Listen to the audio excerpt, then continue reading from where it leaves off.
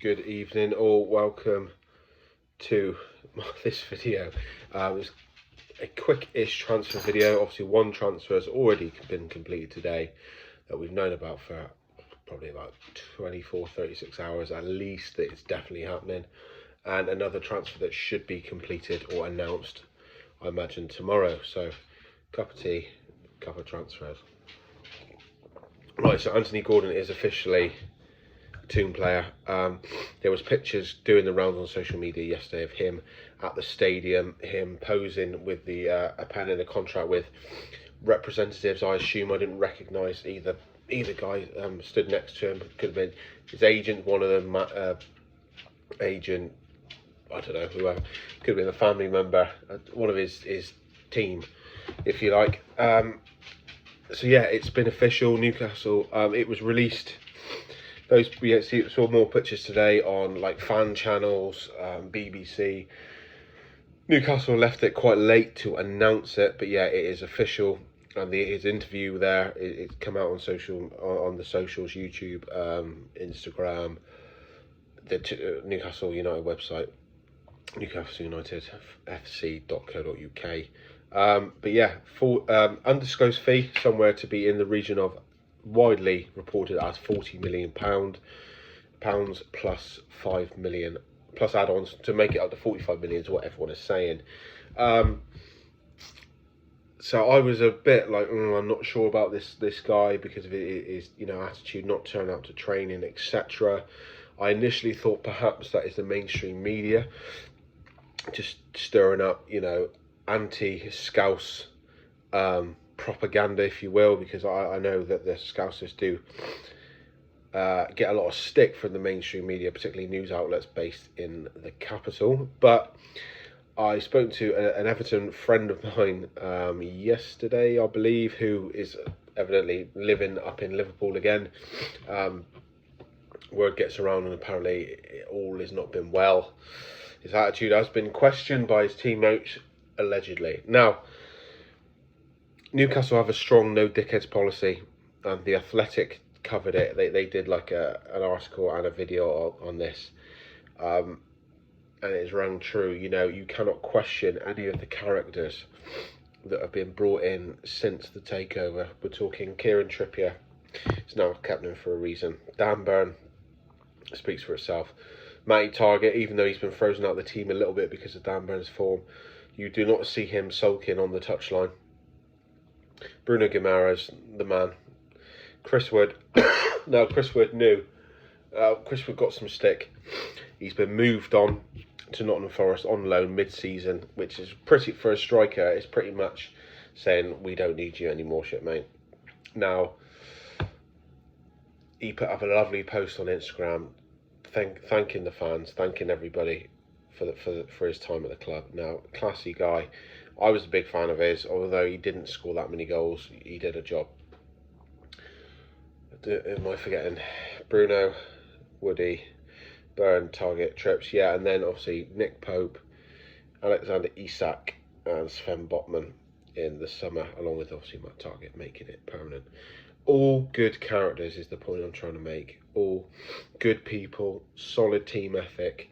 You never see they stick up for their teammates, but you never see them play acting, whinging, sulking when things don't go their way. We've been very lucky that things have pretty much gone our way the whole season so far. Obviously, we've been knocked out of the FA Cup. We've had a lot of draws. I think 9 draws in the league, but no dickhead policy. So Eddie and Dan Ashworth have obviously seen something. Excuse me, and Anthony Gordon.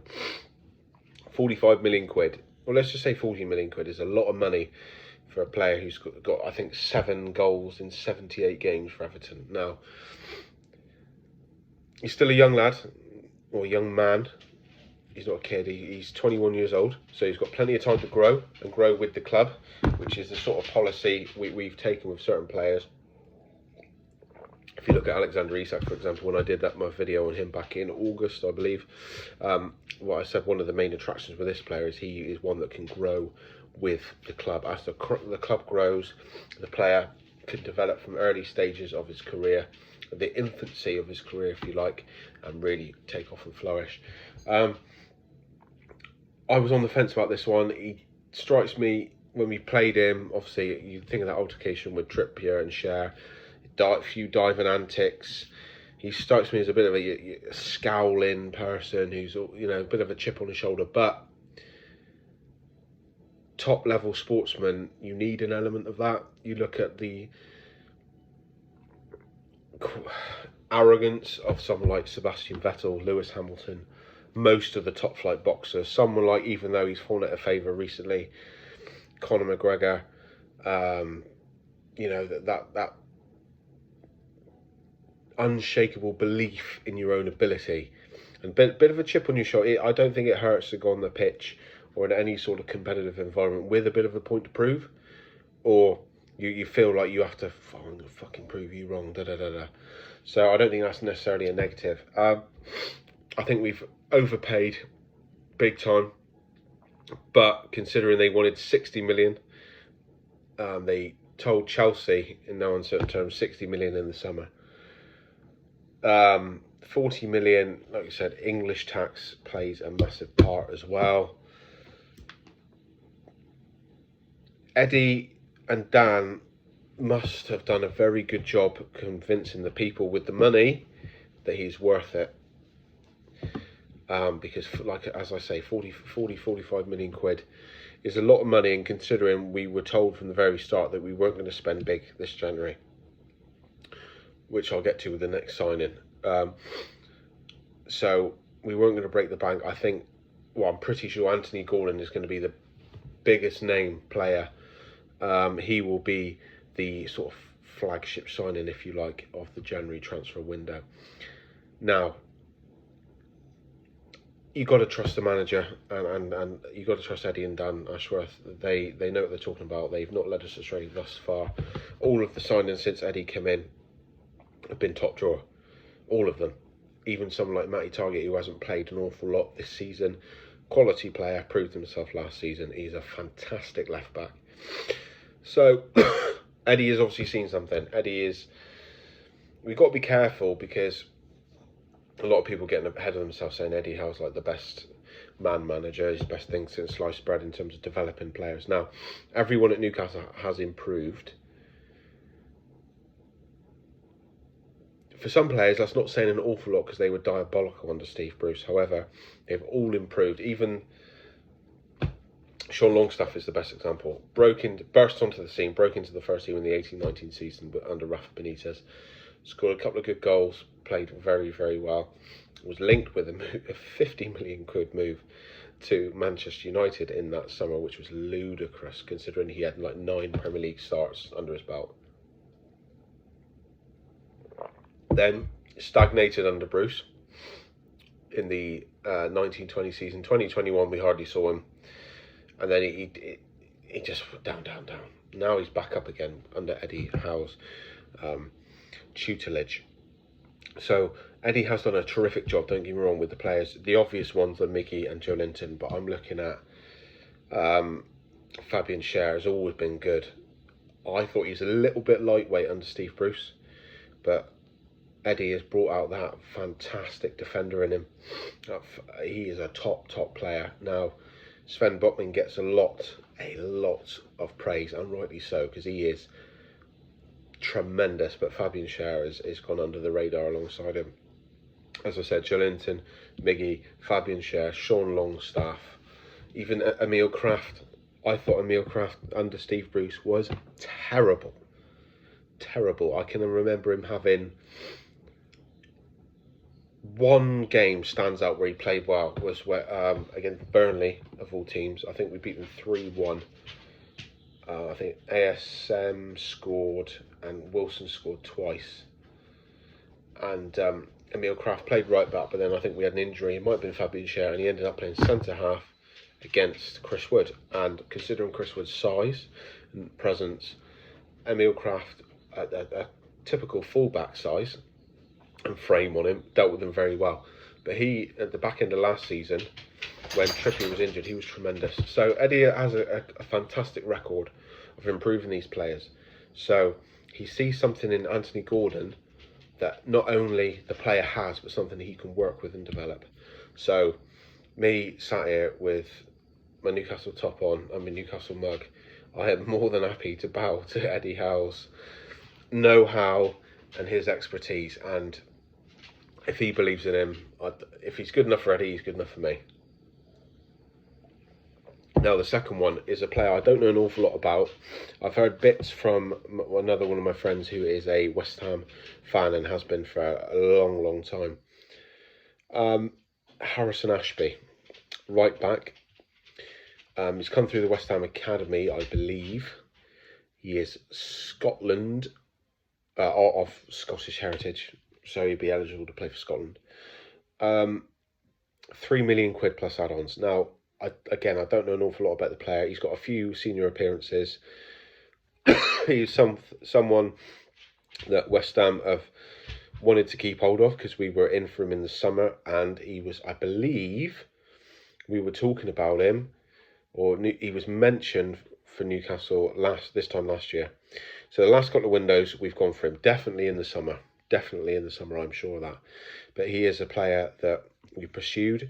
It does seem a little bit of an odd choice to chase a right back when we've got 3 on the books, and our main right back is one of our top 3 players, possibly pound for pound, skill for skill, our best player in Kieran Trippier, who's also our captain now, on-field captain, and who's just signed a new contract this week. So obviously Trippier is 32, I believe, 31, 32. So you can't imagine he's got that many years left at the top level. Fullbacks at in the Premier League don't tend to play past, I would say, 35, 36 in the highest teams, or the bigger teams towards the top of the division, which is where we're aiming to go. Is he being lined up to be Trippier's long-term replacement? Now, as I say, he's 21 years old, Harrison Ashby, come through the West Ham Academy. Now, they have at West Ham, I'm sure he's come through the West Ham Academy. I'm sure of it. In fact, I think he might even be an East Ender, but is eligible to play for Scotland through family. I don't know that. I'd have to look that up. But the West Ham Academy is one of the most prestigious in Europe, let alone in Britain. You know, you look at just some of the names. We're going back a few years with most of these, but Frank Lampard, Joe Cole, Jermaine Defoe, Rio Ferdinand, chuck his brother in there, Antoine Ferdinand, Michael Carrick. I don't know if I already said Frank Lampard. Name after name after name in there. It's tremendous. Their track record of producing top players. You know, but we're not just talking, no disrespect, but the Longstaff brothers. We're talking England captains and England internationals. Frank Lampard is Chelsea's highest ever goal scorer. Rio Ferdinand, one of the best centre-halves England's ever seen. Jermaine Defoe, what a striker. Joe Cole, one of the most on the ball, one of the most skillful players I think I've ever seen play for England. Unbelievable. And there's many others, don't get me wrong. And more recently, you know, obviously I know he was as Chelsea as a child, but Declan Rice has come through the ranks. So it'd be interesting to see how this one plays out. As I say, 3 million plus add-ons. Agreed. He's gone to this afternoon / this evening. He's on his way up to Newcastle. So you imagine, I mean, he could have flown up, but yeah, he's probably flown up. So you imagine if he's going up this evening, no mad rush to do it this evening. I imagine it'll be hotel tonight, medical tomorrow morning, personal terms, and then bosh, go, announced. So where does that leave our right back situation? Just looking at it very quickly, Javier Manquillo, I think, has been at the club since the 18-19 season. So we're talking, 5 years. Emil Kraft has been at the club since a season longer. Emil Kraft is on long-term injury. So technically we have 2 right backs. So Harrison Ashby might be taking Kraft's spot for now, but it would not surprise me if come the summer Kraft or Manquillo will make way, and I am inclined to believe, depending on how Kraft's injury goes, it will be Javier Manquillo. I think his time's up at Newcastle, but we'll talk about that another day. So interesting. I don't think Maddison or Tielemans are coming. I think that is one for the summer. It might be too late by then, but I think Maddison in particular is a transfer for the summer. We all knew this wasn't going to be big bucks. I've seen Jonjo Shelvey this evening linked with Nottingham Forest.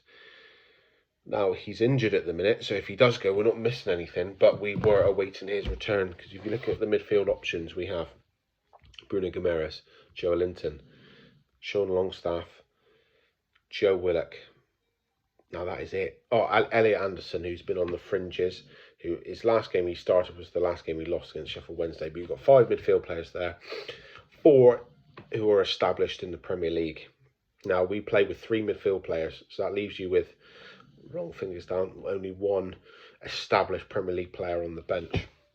And obviously Anderson can play a variety of positions, so he might be required to go on the wing or in the 10 position.